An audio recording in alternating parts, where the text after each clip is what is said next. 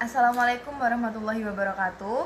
Kami dari kelompok 3 akan mempresentasikan mengenai rangkuman materi kuliah chapter 4 dan 5 Akuntansi Keuangan Menengah 1.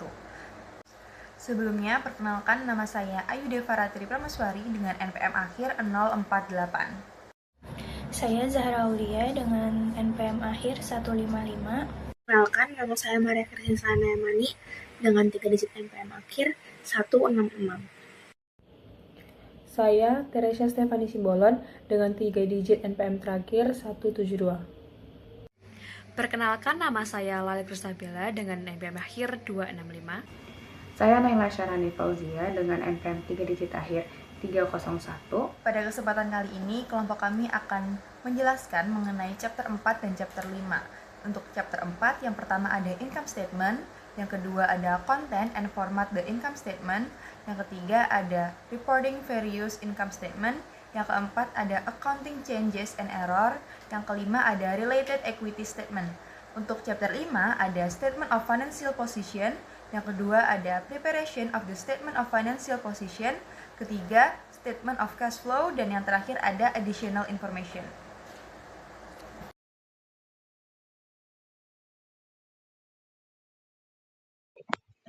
Nah, kita akan membahas income statement. Apa sih itu income statement? Jadi, income statement adalah laporan laba rugi dalam satu periode. Yang kedua, dia menunjukkan pendapatan, beban, laba, ataupun rugi. Nah, income statement ini untuk menilai kinerja sebuah perusahaan. Income statement membantu mengetahui apakah perusahaan untung atau rugi dalam satu periode tertentu. Nah, yang kedua ini ada contoh perhitungan sederhana. Jadi dalam satu bulan ini ada pendapatan sebesar 100 juta rupiah dan beban sebesar 70 juta rupiah. Nah, kita kurangkan pendapatan dikurangi beban, jadi masih ada 30 juta rupiah. Nah, karena pendapatan ini lebih besar dari beban, maka perusahaan mendapat keuntungan sebesar 30 juta rupiah. Nah, hal yang perlu diwaspadai adalah yang pertama, ada praktik earnings management atau pengaturan laba. Kemudian yang kedua, laba bisa dibuat terlihat stabil atau lebih tinggi, padahal kenyataannya tidak sedemikian. Kemudian harus menganalisis laporan secara kritis.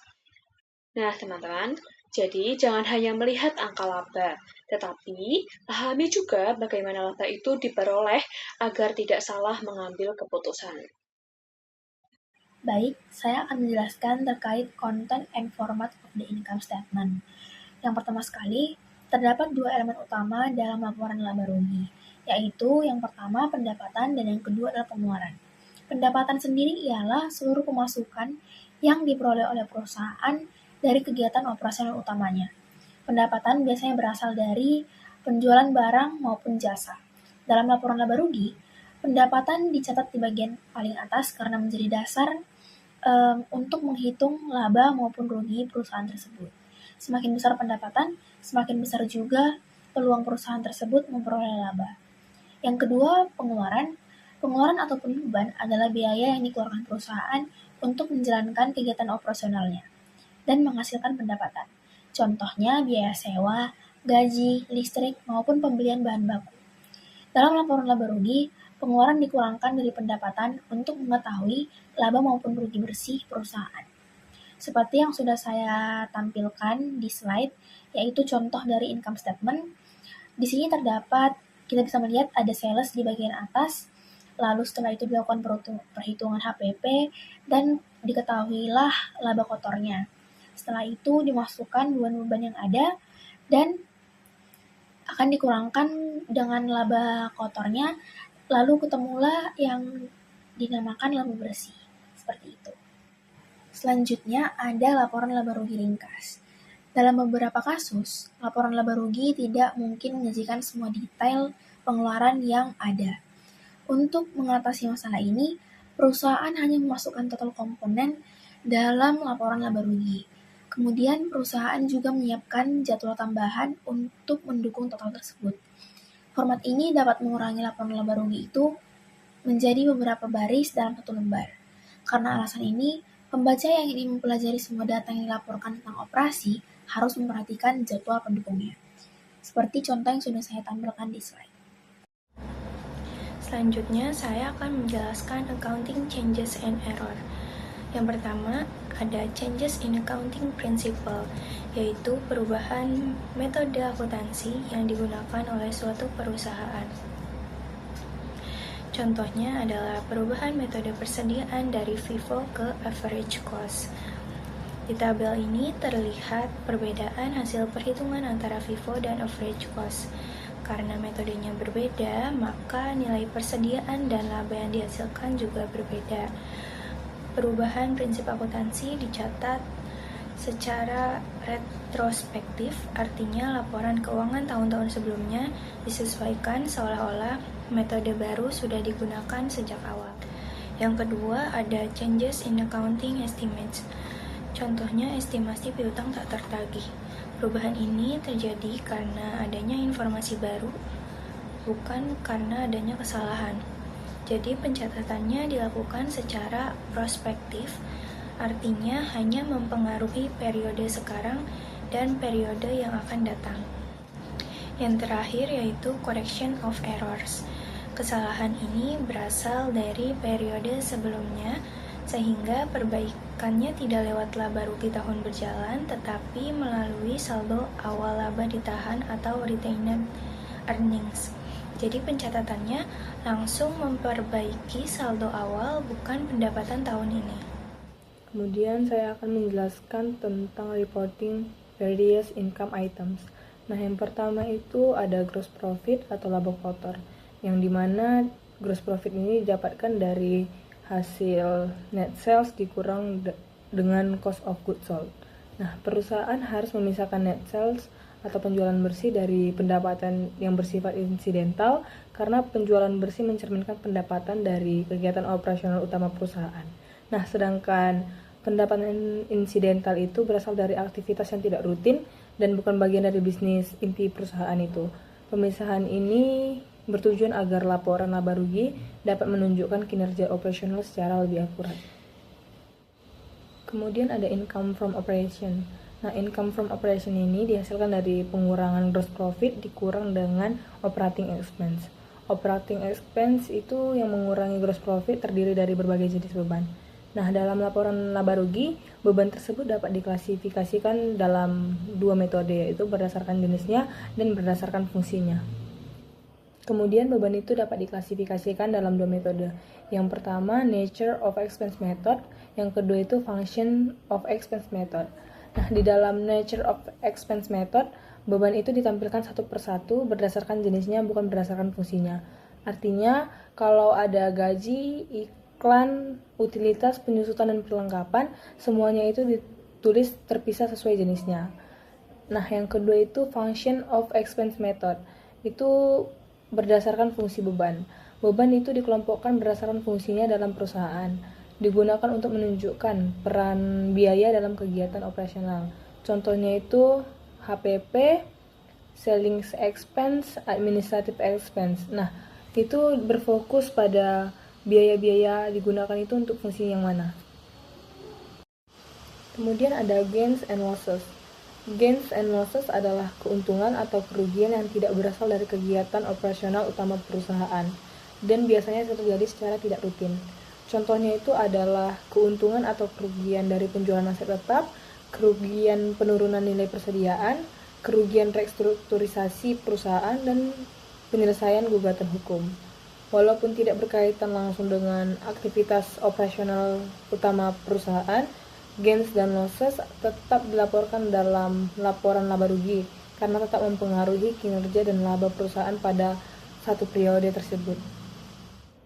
Nah, kemudian di slide ini menjelaskan tentang income before income tax atau laba sebelum pajak. Income before income tax itu dihitung dari income from operation dikurangi finance cost.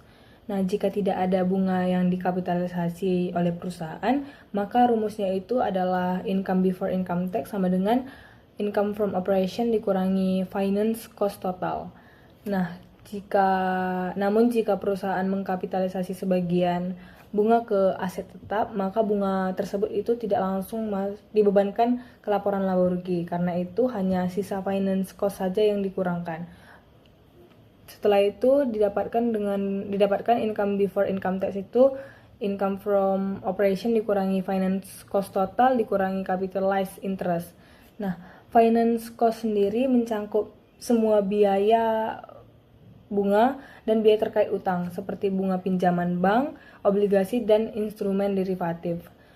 Setelah menghitung income before income tax, perusahaan mengurangi income tax untuk memperoleh net income atau laba bersih, yaitu laba akhir yang dimiliki perusahaan pada periode tersebut. Didapatkanlah rumus untuk mencari net income ini, yaitu income before income tax dikurangi income tax. Jadi alurnya itu adalah laba operasi dikurangi biaya pendanaan menghasilkan laba sebelum pajak, lalu dikurangi pajak. Selanjutnya yaitu earning per share. Earning per share merupakan indikator bisnis yang sangat signifikan, mewakili jumlah laba yang dihasilkan perusahaan untuk setiap lembar saham yang beredar.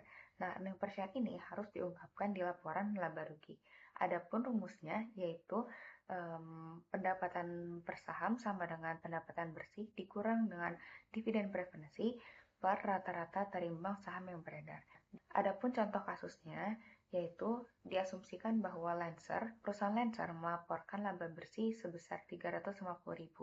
Perusahaan tersebut mengumumkan dan membayar dividen preferen sebesar 50.000 untuk tahun tersebut. Jumlah rata-rata terimbang saham biasa yang beredar selama tahun tersebut adalah 100.000. Nah, maka Lancer di situ menghitung laba per saham sebesar $3. Selanjutnya yaitu discounted operation. Discounted operation merupakan komponen bisnis yang dijual atau held for sale, serta merupakan lini produk atau wilayah geografis utama. Nah, pelaporannya itu adalah hasil operasi dan laba rugi penjualan komponen yang dihentikan dilaporkan setelah income from continuing operation, setelah pajak atau net of tax. Nah, pada hal ini, perusahaan itu harus menyajikan earning per share operasi berkelanjutan, operasi yang dihentikan, dan juga earning per share laba bersih. Lalu selanjutnya ada intra-period tax allocation, yaitu mengalokasikan beban pajak ke masing-masing komponen sehingga pengguna dapat melihat kontribusi pajak terhadap berbagai komponen laba bersih. Nah, alokasi pajak intra-period ini pada laporan laba rugi itu untuk item-item seperti operasi berkelanjutan dan juga operasi yang dihentikan. Kemudian di sini ada discounted operation gain. Nah, dengan rumus keuntungan bruto dikurang dengan beban pajak penghasilan yang menghasilkan keuntungan bersih. Nah, hal ini tuh dilaporkan sebagai keuntungan bersih. Nah, ada pun contoh kasusnya di sini yaitu perusahaan Schindler itu memiliki pendapatan sebelum pajak penghasilan sebesar 250.000. Perusahaan ini memiliki keuntungan sebesar 100.000 dari operasi yang dihentikan. Dengan asumsi tarif pajak penghasilan 30%, Schindler ini menyajikan informasi tersebut dalam laporan laba rugi. Lalu, kalau tadi kita membicarakan tentang keuntungan atau gain, di sini kita akan bahas tentang discounted operation loss atau kerugian. Dengan rumus, kerugian bruto dikurang dengan pengurangan manfaat pajak yang menghasilkan kerugian bersih. Nah, adapun di sini contoh kasusnya. Nah, di sini perusahaan ini memiliki pendapatan sebelum pajak yaitu sebesar 250.000. Lalu setelah terkena pajak, income tax-nya, lalu setelah kena pajak sebesar 30% dikurangkan dengan 75.000 yang menghasilkan 175.000. Lalu di situ perusahaan mengalami kerugian dari operasi yang dihentikan sebesar 100.000. Dan ada juga applicable income tax reduction atau pengurangan dari pajak sebesar 30.000 itu berasal dari pengalihan tarif pajak 30% tadi. Lalu 100.000 dikurangkan dengan 30.000 hasilnya yaitu 70.000. Lalu 70.000 ini dikurangkan dengan income from continuing operation sebesar 175.000 yang menghasilkan 105.000 yang merupakan hasil dari net income pada discounted operation loss. Jadi yang membedakan antara discontinued operation gain dan loss itu hanya pengurangan dan penambahan. Kalau misalnya di discounted operation gain itu ditambah, kalau misalnya di operation loss itu dikurang. Selanjutnya yaitu allocation to non-controlling interest. Nah, hal ini merupakan bagian dari ekuitas atau aset bersih di anak perusahaan yang tidak dimiliki atau tidak dapat didistribusikan kepada perusahaan induk. Nah, perhitungannya itu dilakukan ketika sebuah perusahaan induk itu memiliki kepentingan substansial, biasanya lebih dari 50% di perusahaan lain. Maka laporan keuangannya itu digabung atau konsolidasi. Lalu, jika perusahaan induk ini membeli 70% saham anak perusahaan, maka 30% dari laba bersih tersebut itu dialokasikan ke kepentingan non-pengendali atau non-controlling interest. Nah, di sini ada pula ilustrasi alokasi laba. Total net income konsolidasinya itu sebesar 164,489.000, yang dimana dialokasikan kepada perusahaan induk sebesar 120.000, maka non-controlling interest-nya itu sebesar 44.489. Selanjutnya, di sini ada ilustrasi ringkasan yang menjelaskan bagian-bagian penting pada laporan laba rugi, yang dimana perusahaan itu melaporkan semua pendapatan, keuntungan, biaya, dan kerugian pada laporan laba rugi. Dan pada akhir periode, dengan menutupnya ke ringkasan laba. Ada pula subtotal penting seperti laba kotor, laba dari operasi, laba sebelum pajak penghasilan, dan laba bersih. Nah, di sini perusahaan ini mengklasifikasi operasi yang dihentikan sebagai item terpisah pada laporan laba rugi setelah pendapatan dari operasi berlanjut. Perusahaan juga menyajikan pendapatan dan beban lain dalam bagian terpisah sebelum pendapatan dari operasi. Nah, pada summary ini membantu pembaca untuk mengevaluasi informasi laba dalam menilai jumlah, waktu, dan ketidakpastian arus kas di masa depan. Materi yang selanjutnya yaitu ada Related Equity Statement. Retained Earnings Statement adalah laporan yang menunjukkan perubahan saldo laba ditahan dari awal sampai akhir periode. Nah, faktor yang meningkatkan retained earnings yaitu ada net income dan juga kesalahan periode sebelumnya yang menambah laba. Untuk faktor yang menurunkan retained earnings yaitu ada net loss, cash dividend atau dividen tunai, dan share dividends atau dividen saham.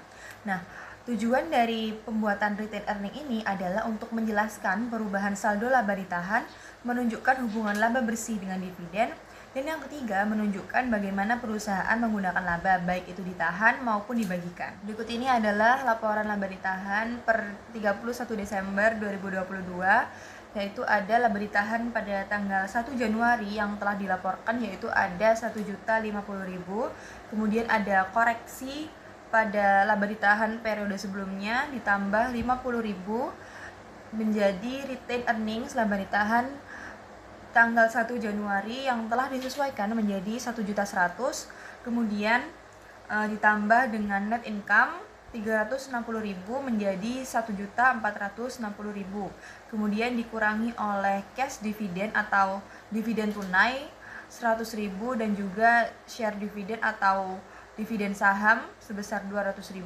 menjadi laba ditahan per 31 Desember sebesar 1.160.000. Untuk materi selanjutnya yaitu ada comprehensive income statement.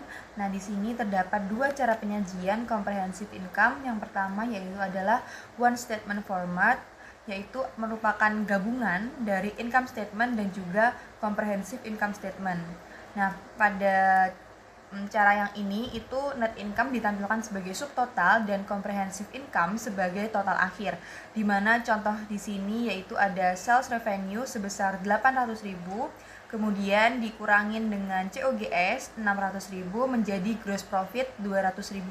Kemudian dikurangi lagi oleh operating expense sebesar 90.000 menjadi net income 110.000. Nah, kemudian ditambah dengan unrealized holding gain on non-trading equity securities net of tax 30.000 menjadi comprehensive income sebesar 140.000. Untuk cara penyajian yang kedua yaitu two statement format yang sama seperti cara penyajian yang pertama, namun ini itu dipisah. Jadi yang pertama itu untuk menghitung net income, yang kedua untuk menghitung comprehensive income. Yang pertama yaitu untuk income statement, sales revenue 800.000 dikurangin oleh COGS 600.000 menjadi 200.000. Kemudian dikurangi lagi oleh operating expense sebesar 90.000 menjadi net income 110.000. Kemudian dilanjut dengan menulis comprehensive income statement dengan memasukkan net income yang tadi telah diketahui 110.000, kemudian ditambah dengan other comprehensive income unrealized holding gain net of tax 30.000 menjadi comprehensive income sebesar 140.000. Untuk yang selanjutnya yaitu statement of changes in equity atau laporan perubahan ekuitas.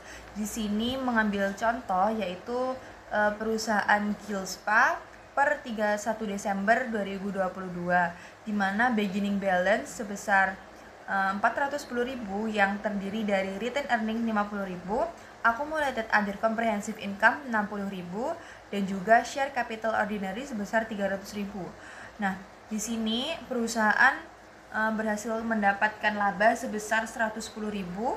Kemudian perusahaan membagi dividen sebesar 10.000 yang nantinya akan mengurangi retained earnings, dan juga ada other comprehensive income unrealized holding gain on non-trading equity securities sebesar 30.000 di accumulated other comprehensive income yang nantinya akan menghasilkan ending balance atau saldo akhir sebesar 540.000 yang terdiri dari retained earnings 150.000, accumulated other comprehensive income 90.000, dan yang terakhir ada share capital ordinary sebesar 300.000. Nah, share capital ordinary ini tetap 300.000 karena tidak ada penerbitan saham baru. Untuk yang terakhir ada statement of financial position atau laporan posisi keuangan. Nah, di contoh ini perusahaan Gilspa per 31 Desember 2022 pada sisi ekuitas yaitu share capital atau saham sebesar 300.000, kemudian ada laba ditahan retained earning sebesar 150.000, kemudian accumulated other comprehensive income sebesar 90.000 yang menjadikan total equity sebesar 540.000.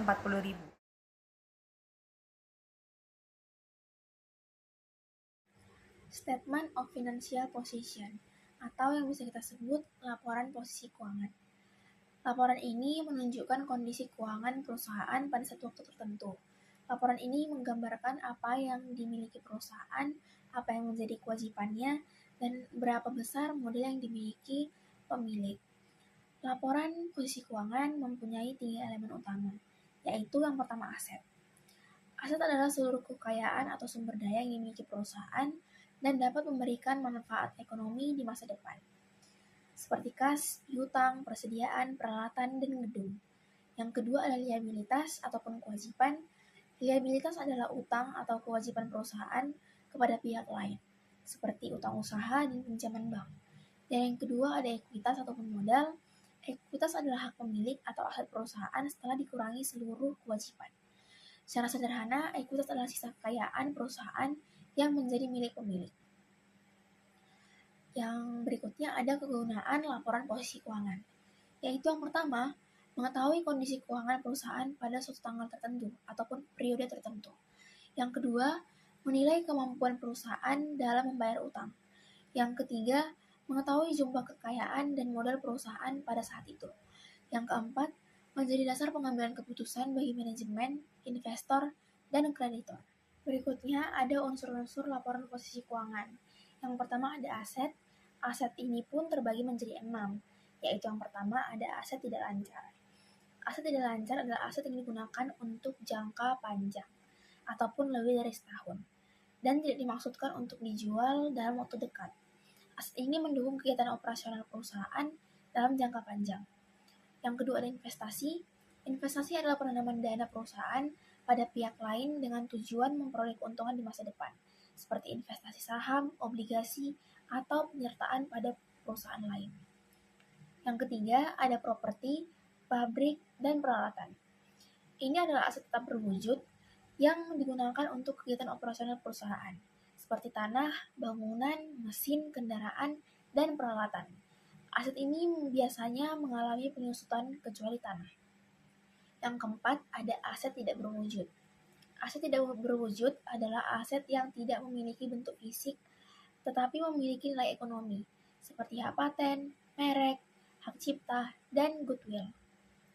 Yang kelima, ada aset lainnya.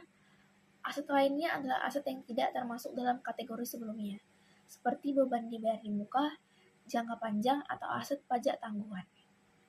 Yang keenam ada aset lancar. Aset lancar adalah aset yang dapat dicairkan atau digunakan dalam waktu tertentu atau 1 tahun atau 1 siklus operasi perusahaan, seperti kas, piutang, dan persediaan. Berikutnya ada 5 item utama pada aset lancar. Yang pertama ada inventories.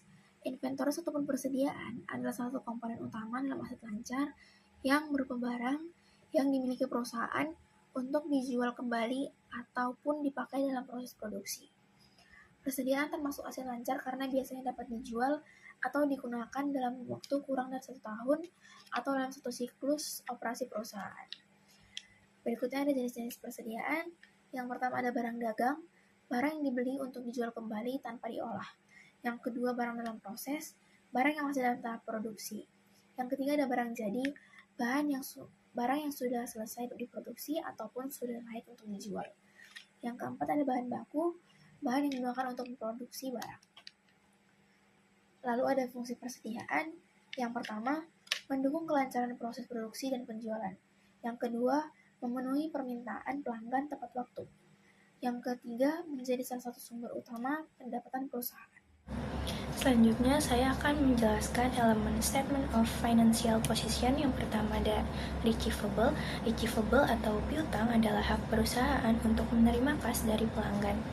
Di laporan keuangan, piutang tidak ditampilkan secara bruto tetapi dikurangi oleh cadangan piutang tak tertagih supaya nilainya lebih realistis. Jadi pencatatannya menunjukkan jumlah yang benar-benar diperkirakan akan diterima. Lalu selanjutnya ada prepaid expense atau beban dibayar di muka. Prepaid expense adalah biaya yang sudah dibayar tapi manfaatnya belum digunakan, misalnya asuransi atau sewa. Karena manfaatnya masih untuk masa depan, maka dicatat sebagai aset lancar, bukan langsung sebagai beban. Di gambar ada contoh laporan posisi keuangan bagian receivable dan prepaid expense. Selanjutnya ada short term investment atau investasi jangka pendek. Penempatan dana sementara yang mudah dicairkan. Karena sifatnya liquid dan biasanya kurang dari 1 tahun, maka disajikan sebagai aset lancar. Selanjutnya ada cash and cash equivalent. Kas dan kas sementara adalah aset paling liquid seperti uang tunai dan simpanan jangka pendek. Berikut adalah contoh laporan posisi keuangan bagian short term investment dan cash and cash equivalent. Selanjutnya ada ekuitas dan non-current liabilities. Ekuitas menunjukkan hak pemilik atas aset perusahaan setelah dikurangi oleh seluruh kewajiban. Komponennya bisa berupa modal, laba ditahan, dan cadangan lainnya. Sedangkan liabilitas jangka panjang adalah kewajiban yang jatuh temponya lebih dari 1 tahun. Contohnya pinjaman jangka panjang dan kewajiban pensiun. Yang terakhir ada current liabilitas atau liabilitas lancar, yaitu kewajiban yang harus dibayar dalam 1 tahun atau 1 siklus operasi. Liabilitas lancar penting karena berfungsi untuk melihat kemampuan perusahaan memenuhi kewajiban jangka pendek. Berikut contoh laporan posisi keuangan bagian liabilitas lancar. Kemudian di sini saya akan menjelaskan tentang preparation of the statement of financial position. Nah, laporan posisi keuangan atau neraca itu berfungsi untuk menunjukkan posisi aset diikuti oleh ekuitas dan liabilitas. Bentuk penyajian akun pada laporan posisi keuangan atau neraca itu, aset itu berada di sebelah kiri, serta liabilitas dan ekuitas itu berada di sebelah kanan, seperti bentuk huruf T. Kemudian seperti pada tabel laporan posisi keuangan atau neraca pada slide ini, di dalam laporan ini terdapat 3 komponen utama, yaitu aset, liabilitas, dan ekuitas. Di bagian pertama itu adalah aset, yaitu seluruh sumber daya yang dimiliki perusahaan dan digunakan untuk menjalankan kegiatan operasional perusahaan. Aset ini juga dibagi 2 menjadi aset lancar dan aset tidak lancar. Nah, aset lancar atau current aset itu aset yang dapat dicairkan, dijual atau digunakan dalam waktu kurang dari 1 tahun atau 1 siklus operasi. Nah, di dalam tabel ini yang termasuk aset lancar itu ada inventory, prepaid expense, account receivable dikurang dengan allowance for doubtful accounts, short-term investment, cash and cash equivalent. Nah, yang kedua itu ada aset tidak lancar. Aset tidak lancar ini adalah aset yang digunakan untuk operasional perusahaan dalam jangka waktu lebih dari 1 tahun. Di dalam tabel ini yang termasuk aset tidak lancar itu terdiri dari yang pertama, investasi jangka panjang. Di dalam investasi jangka panjang ini ada akun investment in held for collection securities, kemudian land held for future development. Nah, yang kedua itu ada akun property plant and equipment. Di dalam property plant dan equipment ini ada akun land, buildings dikurangi accumulated depreciation dan total property, plant dan equipment. Yang ketiga itu aset tidak berwujud atau intangible asset. Di dalam aset tidak berwujud ini yang termasuk akunnya itu capitalized development cost, goodwill, dan other identifiable intangible asset. Nah, di bagian kedua itu ada liabilitas. Liabilitas itu adalah kewajiban atau utang perusahaan kepada pihak lain. Liabilitas juga ini dapat dibagi menjadi dua, yaitu liabilitas jangka pendek dan liabilitas jangka panjang. Atau bisa juga disebut liabilitas lancar dan liabilitas tidak lancar. Liabilitas tidak lancar atau non-current liabilities adalah kewajiban atau utang yang jatuh tempo dalam waktu lebih dari 1 tahun. Dalam tabel ini yang termasuk liabilitas tidak lancar itu bond liabilities dan provisions related to pensions. Nah, yang berikutnya ada liabilitas lancar. Di liabilitas lancar ini adalah kewajiban atau utang yang harus dibayar dalam waktu kurang dari setahun. Nah, di dalam akun liabilitas lancar ini ada akun notes payable, account payable, interest payable, salaries and wage payable, provisions related to warranties, deposit received from customer. Nah, kemudian itu di bagian ketiga adalah ekuitas. Di bagian ekuitas ini di dalam tabel berikut ada akun share capital preference, share capital ordinary, share capital premium preference, share premium ordinary, retained earnings, accumulated other comprehensive income dikurang, di treasury shares dan equity attributable to owners dan non-controlling interest. Materi yang selanjutnya yaitu ada statement of cash flow. Nah, apa sih tujuan dibuatnya laporan arus kas? Yaitu adalah untuk memberikan informasi yang relevan mengenai penerimaan kas atau cash receipt dan pengeluaran kas atau cash payment selama satu periode tertentu. Nah, selanjutnya kita akan membahas tentang statement of cash flow, yaitu pada content of the statement of cash flow. Jadi, laporan arus kas terdiri dari tiga bagian, yaitu ada aktivitas operasi, ada investasi, dan juga pendanaan. Nah, laporan ini tuh menunjukkan bagaimana kas perusahaan bergerak selama satu periode. Apakah kas bertambah atau berkurang, dan berapa saldo kas di akhir periode. Berbeda dengan laba, laporan arus kas menunjukkan uang yang benar-benar masuk dan keluar. Nah, selanjutnya ini ada operating activities. Bagian ini berisi arus kas dari kegiatan utama. Dari kegiatan utama perusahaan, yaitu seperti penjualan barang atau jasa. Nah, di sini kita bisa melihat penerimaan kas dari pelanggan dan pembayaran kas untuk gaji, supplier, dan beban operasional. Jika arus kas dan operasi positif, berarti perusahaan mampu menghasilkan kas dari operasi positif. Berarti perusahaan ini mampu untuk menghasilkan kas dari kegiatan normalnya. Ini menandakan bahwa kondisi operasionalnya yang sehat. Selanjutnya ini ada investing activities. Bagian ini berkaitan dengan pembelian dan juga penjualan aset jangka panjang seperti gedung, mesin, atau investasi lainnya. Jika banyak kas keluar, maka biasanya perusahaan sedang melakukan ekspansi atau pengembangan. Nah, kalau banyak kas masuk, bisa jadi perusahaan itu menjual asetnya. Selanjutnya ini ada financing activities. Bagian ini adalah bagian pendanaan, menunjukkan bagaimana perusahaan mendapatkan dana dan mengembalikannya. Contohnya seperti menerima pinjaman bank, dan menerbitkan saham, membayar utang, atau membagikan dividen. Bagian ini membantu kita untuk memahami bagaimana perusahaan membiayai operasional dan pertumbuhannya. Selanjutnya yaitu adalah preparation of the statement cash flow, langkah-langkah dalam membuat laporan arus kas. Yang pertama yaitu adalah source of information. Nah, jadi untuk menyusun laporan arus kas, kita membutuhkan yang pertama ada comparative statement of financial position, yang kedua ada current income statement, dan yang ketiga ada additional transaction data.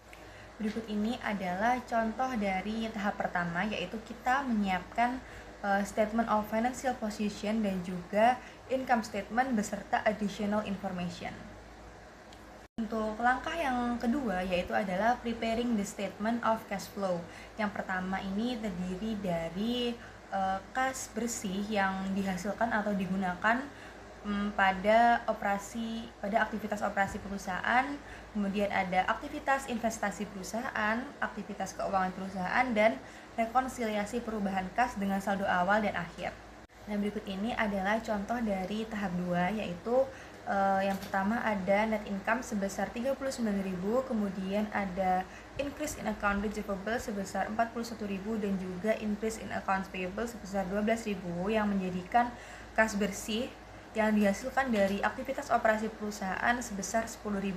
Kemudian pada aktivitas investasi yaitu ada purchase of land sebesar 15.000 dan menjadikan kas bersih yang digunakan untuk aktivitas investasi sebesar 15.000.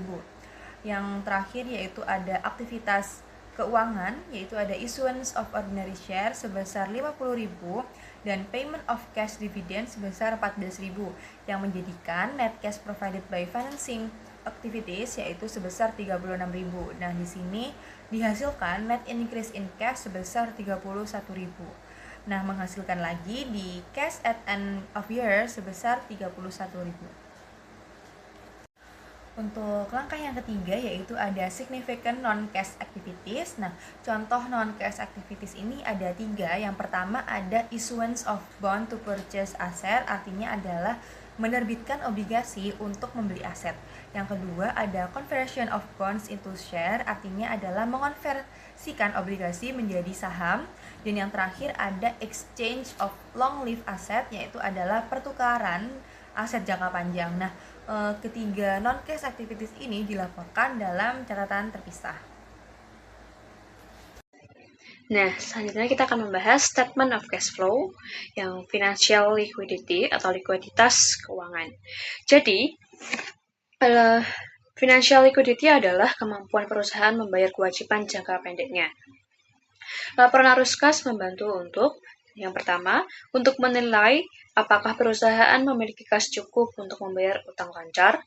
Yang kedua, melihat kemampuan membayar gaji, supplier, dan beban lainnya. Ketiga, mengetahui apakah kas dari operasi cukup stabil. Jadi, jika arus kas operasi positif dan stabil, berarti perusahaan cukup likuid. Jika arus kas sering negatif, perusahaan bisa mengalami kesulitan membayar kewajiban jangka pendek. Selanjutnya ada financial flexibility atau fleksibilitas keuangan. Jadi financial flexibility adalah kemampuan perusahaan beradaptasi terhadap situasi tak terduga dan peluang baru. Laporan arus kas membantu untuk menilai kemampuan perusahaan mendapatkan dana tambahan dari pinjaman ataupun saham. Yang kedua, untuk melihat kemampuan membayar utang saat jatuh tempo. Yang ketiga, untuk mengetahui apakah perusahaan bisa membiayai ekspansi tanpa masalah kas. Jadi perusahaan yang fleksibel secara keuangan bisa menghadapi krisis atau memanfaatkan peluang bisnis baru tanpa mengalami kekurangan kas. Nah, yang terakhir ini ada free cash flow atau arus kas bebas. Jadi, free cash flow atau FCF adalah kas yang tersisa setelah perusahaan membiayai operasional dan belanja modal. Rumus sederhananya yaitu free cash flow sama dengan arus kas operasi dikurangi belanja modal atau CAPEX. FCF menunjukkan 1. kas yang tersedia untuk membayar dividen, kedua, kas untuk melunasi utang, ketiga, kas untuk ekspansi atau investasi tambahan. Jika free cash flow tinggi dan positif, perusahaan memiliki ruang keuangan yang kuat. Jika fresh cash flow negatif terus-menerus, perusahaan mungkin harus mencari pinjaman tambahan. Nah, kesimpulannya adalah laporan arus kas menunjukkan pergerakan kas yang nyata. Yang kedua, untuk membantu menarik likuiditas perusahaan. Yang ketiga, untuk menunjukkan fleksibilitas keuangan. Yang keempat, untuk mengukur kemampuan menghasilkan free cash flow. Laporan ini sangat penting untuk menilai kesehatan keuangan perusahaan secara nyata, bukan hanya dari label saja. Selanjutnya yaitu Notes to the Financial Statement atau catatan atas laporan keuangan. Nah, catatan atas laporan keuangan ini merupakan instrumen strategis untuk memperjelas bagian item-item dalam badan laporan. Nah, informasi dalam catatan ini secara sistematis menyediakan data kualitatif, yaitu merupakan penjelasan naratif mengenai sifat transaksi, estimasi manajemen seperti estimasi umur, manfaat aset, serta risiko dan ketidakpastian yang akan dihadapi perusahaan. Lalu ada data kuantitatif. Di sini adalah pendalaman angka yang merinci saldo agregat dalam laporan utama seperti jadwal jatuh tempo utang. Catatan ini juga merupakan tempat di mana perusahaan mengungkapkan pembatasan yang dipicu oleh perjanjian keuangan atau covenant seperti komitmen utang yang membatasi pembayaran dividen. Kebijakan akuntansi. Kebijakan akuntansi didefinisikan sebagai prinsip, dasar, konvensi, aturan, dan praktik spesifik yang diterapkan oleh suatu perusahaan dalam menyusun dan menyajikan informasi keuangan. Contoh kebijakan akuntansinya itu seperti di persediaan. Itu apakah perusahaan ini menggunakan metode biaya rata-rata atau average atau menggunakan metode FIFO untuk menentukan nilai persediaan. Lalu aset tetap yang mencakup properti, pabrik, dan peralatan. Di sini apakah perusahaan itu menggunakan metode straight line atau saldo menurun ganda serta estimasi masa manfaat aset tersebut. Lalu ada investasi. Di sini bagaimana perusahaan menilai investasi mereka, apakah berdasarkan biaya historis, ekuitas, atau fair value atau nilai wajar. Nah, lalu ada aset tak berwujud. Nah, dasar biaya historis dan periode amortisasi itu digunakan untuk paten atau aset yang tidak berwujud lainnya. Lalu ada catatan tambahan dalam laporan keuangan. Jadi di sini perusahaan itu selain catatan yang berkaitan dengan penjelasan kebijakan akuntansi perusahaan, perusahaan itu juga menggunakan catatan-catatan khusus untuk membahas item-item dalam laporan keuangan. Nah, dalam banyak kasus IFRS ini memerlukan pengungkapan khusus yang meliputi pertama ada aset tetap, itu dipecah menjadi beberapa kategori seperti kategori tanah, bangunan, mesin, kendaraan, dan konstruksi dalam pengerjaan. Lalu ada piutang yang dipecah menjadi piutang dagang, piutang pihak berelasi, dan pembayaran di muka. Lalu ada persediaan yang dibagi berdasarkan tahap penyelesaiannya, seperti bahan baku, bahan dalam proses atau work in process, dan bahan jadi atau finished good. Nah, di sini kita bisa melihat ilustrasi pada Lenovo Group. Nah, di mana di situ ditampilkan bahwa piutang sebesar $6.761.826 dikurangi dengan cadangan atau allowance sebesar $100.342. Nah, cadangan ini adalah estimasi jumlah piutang yang mungkin tidak tertagih. Nah, di sini piutang ini dikelompokkan berdasarkan umur saat tanggal faktur. Nah, di sini mulai dari 0 sampai 30 hari, 31 sampai 60 hari, 61 hingga 90 hari, dan lebih dari 90 hari. Nah, kita bisa lihat di sini bahwa sebagian besar piutang itu ada di kategori 0 sampai 30 hari, yang dimana kategori itu bisa dikatakan cukup baik karena piutang ini belum lama jatuh tempo. Selain itu, perusahaan juga diwajibkan untuk melakukan rekonsiliasi saldo untuk banyak aset dan liabilitas seperti properti pabrik dan peralatan, lalu juga ada aset tak berwujud dan cadangan umum disediakan yang dilaporkan dalam laporan keuangan. Nah, di sini kita bisa melihat contoh rekonsiliasi properti pabrik dan peralatan untuk perusahaan Nestle. Di sini saldo per awal Januari itu sebesar 57.572. Nah, setelah terjadi setelah adanya perubahan dari komponen-komponen tersebut seperti currency retranslation, terus juga ada capital expenditure, disposal, reclassification, modification, itu dalam 1 tahun berjalan itu pasti mengalami perubahan, baik itu penambahan, pengurangan hingga saldo akhir, dan akhirnya di situ menghasilkan saldo akhir per 31 Desember sebesar $57.669. Lalu selanjutnya teknik pengungkapan dan pedoman tambahan IFRS. Nah, IFRS ini memberikan pedoman tegas mengenai bagaimana cara informasi ini disajikan secara visual untuk menjaga integritas laporan. Nah, di sini ada teknik pengungkapan utama atau teknik of disclosure. Nah, di sini dengan adanya teknik ini diharapkan agar pembaca dapat memahami dan dengan adanya teknik pengungkapan ini diharapkan agar pembaca dapat memahami kondisi keuangan atau membaca kondisi keuangan suatu perusahaan itu secara menyeluruh dengan penyajian informasi yang relevan, dapat atau mudah dipahami dan juga lengkap. Nah, dalam teknik pengungkapan utama ini atau teknik of disclosure ini ada beberapa teknik, yaitu yang pertama ada penjelasan dalam kurung atau parenthetical explanation. Itu dengan memberikan informasi tambahan tanpa mengalihkan perhatian dari badan laporan. Lalu ada referensi silang atau cross reference, itu dengan menghubungkan aset dan liabilitas yang berkaitan seperti dana pelunasan atau sinking fund yang dikaitkan dengan utang obligasi terkait. Lalu ada akun kontra dan adjunct, yaitu akun kontra seperti cadangan piutang tak tertagih itu mengurangi akun utama, sedangkan akun adjunct itu seperti fair value adjustment yang menambah akun non-trading equity investment meningkatkan nilai tercatat akun utamanya.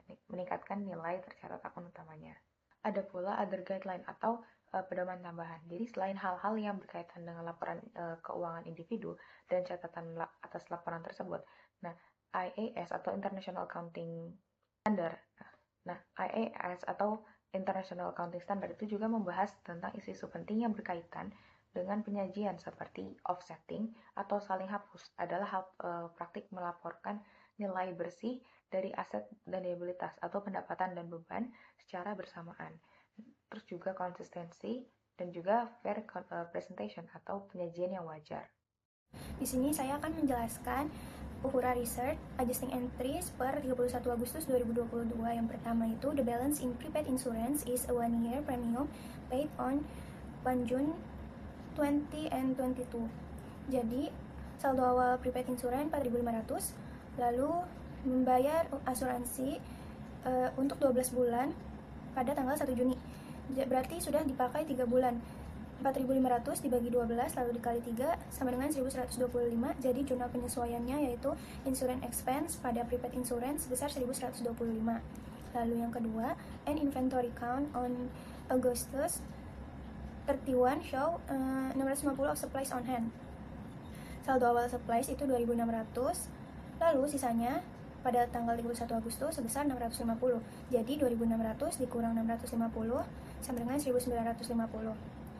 Jurnalnya supplies expense pada supplies sebesar 1.950. Lalu yang ketiga, depresiasi bangunan 4% dan depresiasi peralatan 10%. Lalu nilai residunya itu 10%. Yang pertama, kita akan mencatat bagian building. Saldo awal building 120.000 dikali 10%, nilai residunya sama dengan 12.000. Lalu 120 dikurang 12 sama dengan 108. Nah, hasilnya itu baru dikali dengan 4% nilai tarif per tahunnya sama dengan 4.320. Jadi 4.320 dibagi 12 lalu dikali 3 sama dengan 1.000. Jadi jurnal penyesuaiannya depreciation expense building pada akumulasi depresiasi building sebesar 1.080. Lalu untuk yang equipment, perhitungannya juga sama. Jadi jurnalnya depreciation expense equipment pada akumulasi depreciation equipment sebesar 360. Lalu yang keempat, unearned rent revenue 3.800 should be recognized as revenue prior to 31 Agustus.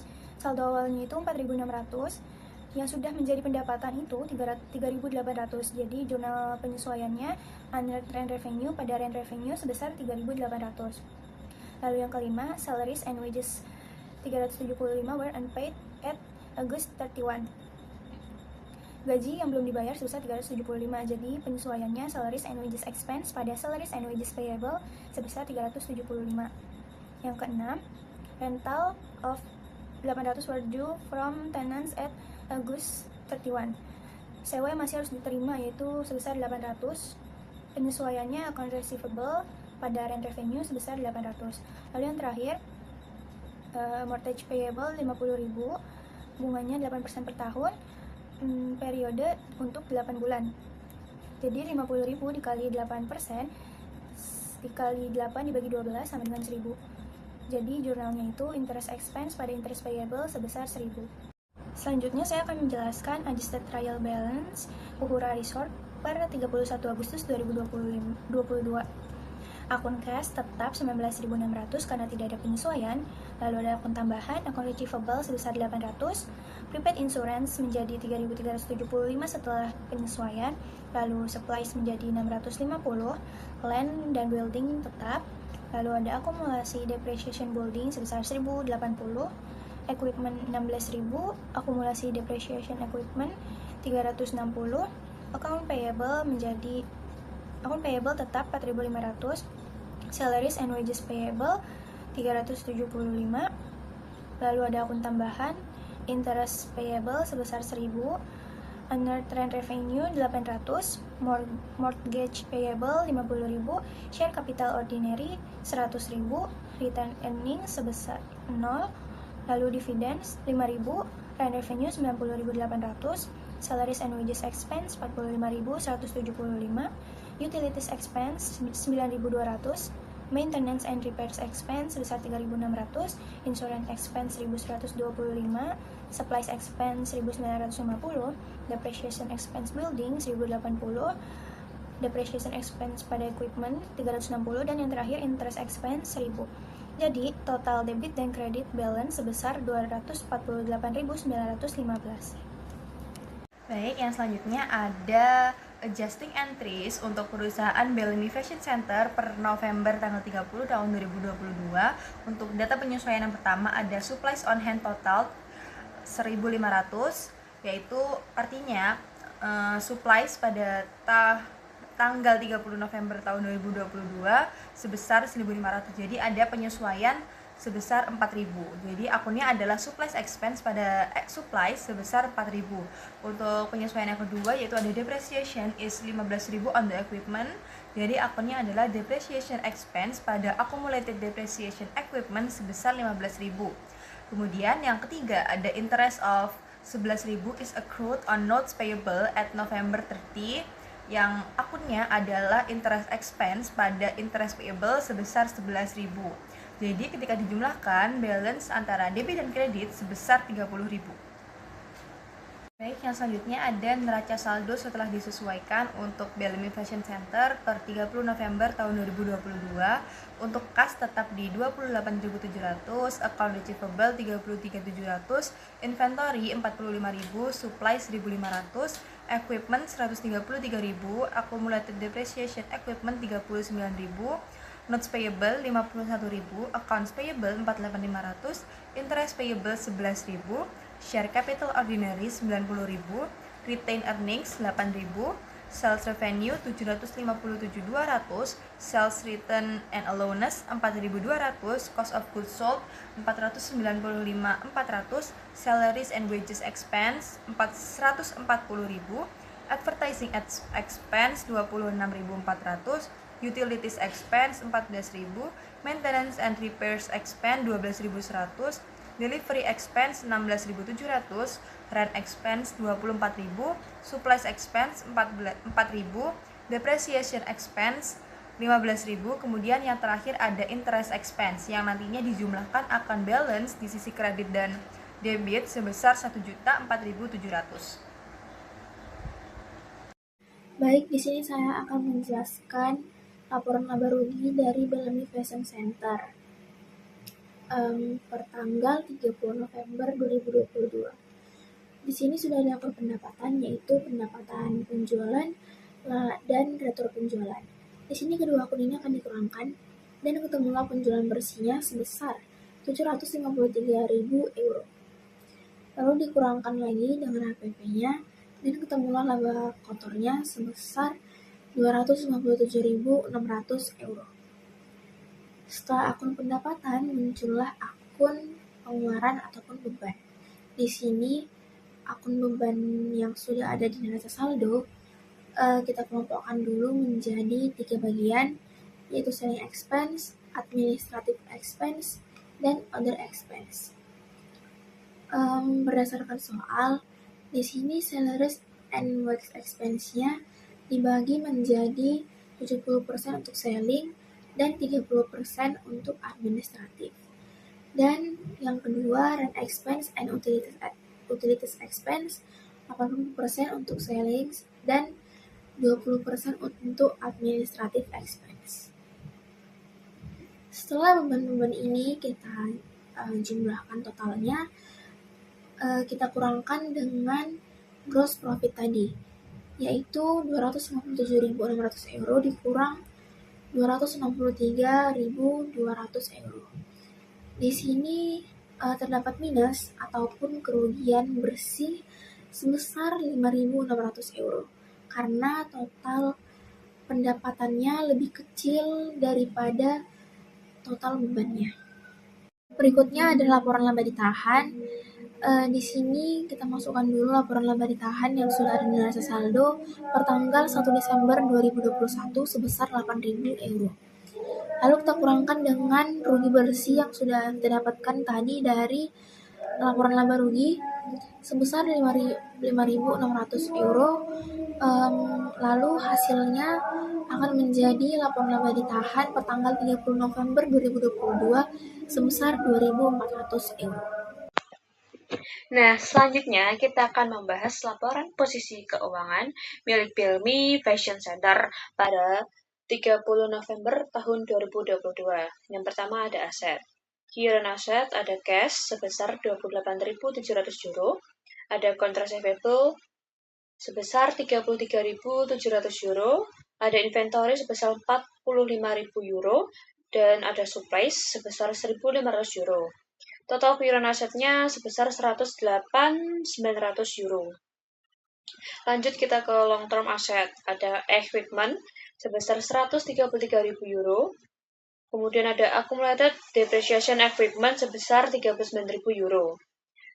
Nah, equipment ini dikurangi sama accumulated depreciation. Jadi total long term asetnya sebesar 94.000 euro. Nah, total asetnya yaitu 202.900 euro. Lanjut kita ke liabilities and owners equity. Nah, liabilities dulu. Current liabilities. Ada account payable sebesar 48.500 euro. Ada interest payable sebesar 11.000 euro. Ada notes payable, yaitu current portion, sebesar 30.000 euro. Lanjut kita ke long term liabilities. Notes payable long term portion sebesar 21.000 euro. Nah, total liabilities-nya ini sebesar 110.500 euro. Lanjut ke owners equity. Ada share capital ordinary sebesar 90.000 euro. Ada retained earnings sebesar 2.400 euro. Jadi total liabilities and owners equity adalah 202.900 euro.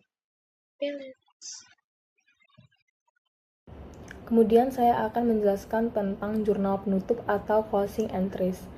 Nah, sesudah kita membuat dan menyusun semua laporan keuangan itu, kita akan masuk ke step selanjutnya, yaitu membuat jurnal penutup. Jurnal penutup ini dibuat untuk menutup seluruh akun nominal yang ada di laporan laba rugi, yaitu ada akun pendapatan dan semua akun beban yang ada di laporan laba rugi.